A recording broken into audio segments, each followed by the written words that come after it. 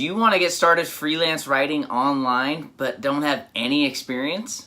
Maybe you're thinking, well, I don't have any experience, or I didn't go to college for writing, or I don't have a great background in writing.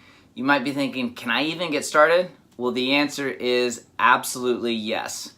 Hey everybody, my name is Leonard and I'm the creator of Inspire Your Success. Now, when I started freelance writing, it was something that I had all the same fears, thoughts, doubts that everyone that's listening to this had. So I want you to know that you do not have to have any formal experience as a writer to get started freelance writing. You really just need to set yourself up for success and do these tricks so that way you can appear to clients that you are a experienced writer, that you have the background, that you're going to be able to deliver on projects and really just get the job done. So the first thing that you need to do, even if you have no experience, is you have to remember that you have to start somewhere. Even the most experienced in the writers in the world at one point had zero writing experience. You have to think about it like that. Every athlete was once a beginner and they never were excelling in sports. Every celebrity was once an actor that was terrified on auditions and was just failing. So everyone has to start somewhere. In the case of freelance writing, you just have to take that with a grain of salt and realize that, hey, I'm starting here, I know I can get better, I know I can create value, and I know I can make money. You have to start with the belief. And I'm going to talk more about that coming up. But technically, what you need to do first off is to create a writing website or a portfolio. Because if you don't have any experience, you're not going to be featured all over the internet. So as you get more experience as a freelance writer, you're going to find yourself on bigger websites for different websites and blogs in your specific niche. And as you have that, it will kind of speak for you. But as you're just starting out and you don't have any experience, you're not going to have anything to really show clients. So you need to create that portfolio or writer's website. Now, I recommend doing a writing website, and really it's just a personal website. So what I always recommend you do is take advantage of your first and last name in a domain. So for example, mine is michaelleonard.net. Somebody had the .com, so I'm still trying to get that. But even if it's a .com, .net, you want to just get your name, and it's either to get that going. And you might be thinking, well, I don't have any website experience, or I don't know where to get started. That might be true, but again, that's just a story that's probably holding you back from getting started as a freelance writer. So what I encourage you to do, if you don't have any website experience and have never created anything like that, you can simply hire someone to do it. It's probably less than $100. It could be even less than that depending on which website provider you use, but you need to just get started. And there's also templates out there that make it super easy. So I'll make sure to link to some resources down below so that way you can figure out the easiest way to get started, and that way you have a freelance writing website. Now, once you have that freelance writing website, then you can start to build out your portfolio and position yourself as an expert, as a writer, as someone that has some credibility to them. So with your writing website, the first thing that you want to make sure is that it has a professional feel to it. You don't want to look like you just slapped it together and then go out there and start pitching clients and asking for work, because that's just not going to look professional. So you want to make sure it has a good, clean feel. Less is more with websites. If you go to my website, Inspire Your Success, you'll see that I have very minimal things. I don't want a ton of stuff going on. I really try and have a lot of white space, really good images, big text, easy to read. So I want you to do the same with your website. And again, whether you're paying someone to do it or you're designing it, it really doesn't have to be much. So it could just be a few different pages with different tabs. And again, make sure you check out my website, which I'll link down below, so you can see exactly what I mean. But the first thing that you want to do is create those writing samples, because if you are brand new, you clearly need to get something so that way you can send it to clients or show on your website so that way it looks like you're an authority, you've written about specific topics. And that's really the first thing, is you need to figure out what do you want to write about. You need to figure out what your niche is going to be. And it doesn't have to be super narrow at the beginning. It can even start more general as something like personal finance or personal development or pets or whatever you want to do. Start really high if you're not 100% sure, and you can always narrow down as you get better and more advanced, because the riches are in the niches. So if you can become a generalist to start and just have some sort of feel, then you can do that. But the biggest thing is that less is more with the website, and then more is less with the samples, because you want to make sure that you have enough samples up there so that way people can really get a feel for your writing style and the different type of topics you write about. If you only have 3 samples up there, that's going to be pretty tough. They might think, okay, this is a little bit, but man, this isn't really a ton. And now that I'm actually a blogger and hire writers sometimes for my site and other content pieces, I always look at their freelance writing website. That's like the first thing I look at, because it establishes credibility and authority. So you want to create as much content as you can on there, and then you can always add your articles once they're linked online. So if you get featured in specific magazines or websites or press releases or whatever you choose to do, you'll go back into your portfolio and then link it up, so that way you can have samples of all your work, and then you can have the old samples, you can have new samples. Again, you're going to evolve, you're going to get better, so you always want to be updating that portfolio. So the next thing you want to do is make sure you have different writing types on your website, because if you're just going to do blog post writing, that's okay, you can mainly focus on that. But if you think, hey, I might do some sales pages, I might do resume writing, I might do speech writing, whatever it is, make sure you have a few different sections of the website, so that way it's really easy for them to navigate and then see your different writing styles and different types of content that you can provide to clients. And again, this is just going to be a tab at the top of your website with a portfolio or my work, whatever you want to label it as, but you want to make sure it's super easy to navigate, and then when you're pitching clients, you can always just send them directly to the link. But you want to make your website so clean, so easy, that if anyone just randomly lands on it, they know exactly what you're being and what you can provide and what type of writing you've done in the past. Now, once you have the website set up, you have portfolios, then you need to start thinking about, okay, where can I get work as an absolute beginner?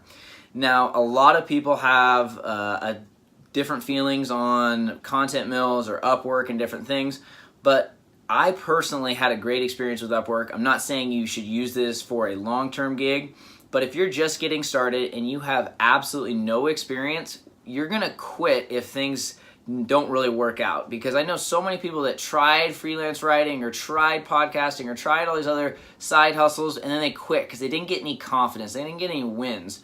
So one of the great things with content mills or Upwork specifically is that you can get quick wins. Now, quick wins are going to build momentum, and they're going to build your writing portfolio. You're going to make a couple bucks. It's going to help your belief, because you're going to see, hey, someone is hiring me. I am actually getting paid to write words online. Okay, I can do this. And it's really a positive cycle that you get into. But if you're just go right to cold pitching clients and you have no experience, you don't know what you're doing, it can be very, very frustrating, because you're going to hit a lot of rejection. You're going to probably get frustrated, and at that time, a lot of people will quit before they ever get started. So again, I'm not saying you should use Upwork forever. That's definitely not the case, but my first writing gig was on Upwork. It was a golf writing job. I ended up getting paid, I think like $60. But it was the coolest thing ever. I couldn't believe that somebody actually paid me money to write words. I had zero experience. I had zero writing background. I did have a golf background, but again, it's just something that was really cool. It gave me some belief in myself, my writing abilities, and again, just a couple of bucks to say, okay, I can do this. So I recommend you get started there. Then you can advance to job boards. Job boards, there's a lot of great free job boards out there like ProBlogger and other ones, and then you can start to make a little bit more money from those. So you want to realize that with job boards, there's free and then there's paid. So for example, there's a free one like ProBlogger that's really great, and then there's ones like Contenta. And Contenta is like a 6-month monthly membership, and I think it was $100 a month when I signed up for 6 months. And it's really cool because it's a paid job board, but then it also gives you a ton of resources to become a better writer. It gives you a coach to help you pitch clients and other things like that. So I'll link down below if you want to learn more about paid job boards like Contenta. But again, that's kind of the second thing. And then once you're feeling good, you start to get some clients, you actually get some experience, then you can go to cold pitching clients. Now, cold pitching is gonna be filled with rejection. It's just gonna happen, it's part of it. So I want you to know that as soon as you accept that it's not going to be easy, that you're going to hear a lot of no's or just a lot of crickets when you send out these emails, just understand it's part of the process. Every writer was there at the beginning. Now, we can talk more about how to write a good email so that way you're going to have more likelihood for clients to open it and actually respond to you. But in general, if you're a brand new writer at the beginning, you're going to feel some rejection. It might sting a little bit, but don't think you're wasting your time. It's part of the process to become successful. And it's really how you land high-paying clients, and that way you can start making a lot more money, whether it's as a side hustle or you want to take this full-time. Now, if you want to learn more about different ways to find jobs online and different magazines that hire writers, make sure you check out the link I have below. I have scoured the internet and found over 50 places for freelance writer beginners to get started, so that way you have no excuses. You can get going early, whether it's Upwork, job boards, or all the resources I have down below. Now, the next thing that you want to do is make sure that you update your social media. Now, social media is going to be a great way to find clients, especially if you already have a big audience. Now, the big three you're going to want to focus on are Twitter, Instagram, and LinkedIn. Now, if you asked me 6 months ago, is Instagram a great way to get freelance writing clients? I would have said no, because I really just didn't think it was. I really didn't understand the power of Instagram. But with nearly 1 billion users every month, they are crushing it and just continuing to grow. So I recommend always getting with platforms that are growing. And again, since it is a Facebook-owned company, they're not going anywhere. Like, this thing is just going to keep growing and growing. So with Instagram, I've actually landed 3 clients in the last month. They've actually reached out to me. I didn't do any outreach at all. I think I used some freelance writer hashtags and different things in there, but they found me, and I only have at this time like 700 followers. So that was amazing. So again, make sure you have some great content on there, and that way you can attract some clients there. Another place is Twitter. Twitter is a lot of editors hang out there. You have a lot of websites that or blogs that have Twitter, and then you can interact with them. You can message them, and it's a great way to get some momentum early, and then again get some of those jobs, because even certain Twitter accounts will actually just post new jobs. So that way you can just follow them, update it every few hours, double check, see if there's an opportunity there. And then the last place is LinkedIn. LinkedIn is a great place to let your audience know that, hey, I'm a freelance writer now. Because again, LinkedIn is one of those more business, formal type of social media platforms. It's not going to be Facebook where you're sharing pictures of your weekend and your dog and all these other things. And the reason I didn't make Facebook on there is because Facebook's so crowded these days with Facebook ads and just very low organic reach. That's why I didn't include that, but you can still add that in there into your portfolio or in your profile, so that way you can let your audience and friends and family know. But again, LinkedIn's going to be probably better than that, because LinkedIn is people that are already in the business world, they're savvy, they're ready to get some content for their website or get anything else they need. So I really, really recommend that you update all 3 of those and then just stay active on them. And it doesn't have to be hours a day. You want to spend time getting clients and then writing for clients, so that way you're actually getting paid. But again, be relevant on those 3 platforms. The next thing I recommend that you do is network. Network, network, network. Go to networking events, let people know within your existing network, because think to yourself, not everyone's going to go on LinkedIn all the time and just think, oh, I need a freelance writer. But reach out to your existing network. This could be past coworkers, this could be friends, this could be even family that works in specific business types that you want to work in or write for. Just let people know. If no one knows you're a freelance writer, they're not going to think about you when something happens and they're like, oh, I do need some content. Like, that would be great. So I really, really can't stress the importance of getting out into your existing network, because that can help you land some gigs early, because you're going to have credibility. People are going to refer you to friends and other people that they know, or they might even know you, and it might be a third-party connection, but you're going to have some rapport and kind of get your foot in the door. Obviously, you need to deliver on deadlines and creating quality products, but just remember, this is a really, really good way to get started.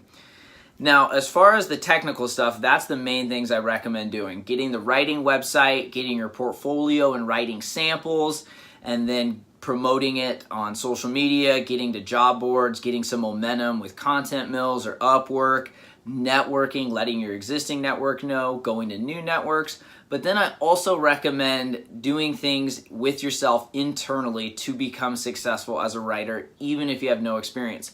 Now, what does that mean?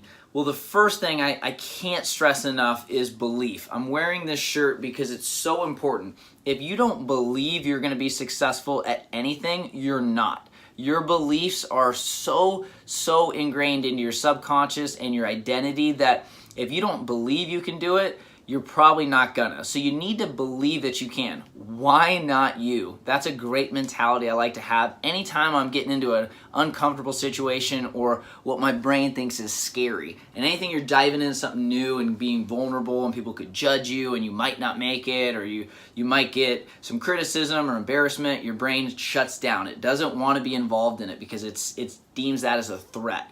But again, this isn't scary. This is writing words online. You're getting paid to help people create content. So you need to first have that belief within yourself that you can do it, because I promise you can. I had zero experience as a blogger, zero experience as a writer, zero experience as a podcaster, and now I crush it on all three of those because I believed and then I put in the work. So you have to put in the work. Don't think that this is going to happen on its own. But again, belief is going to be built by consistently taking actions outside your comfort zone, affirming it to yourself, and having those positive thoughts.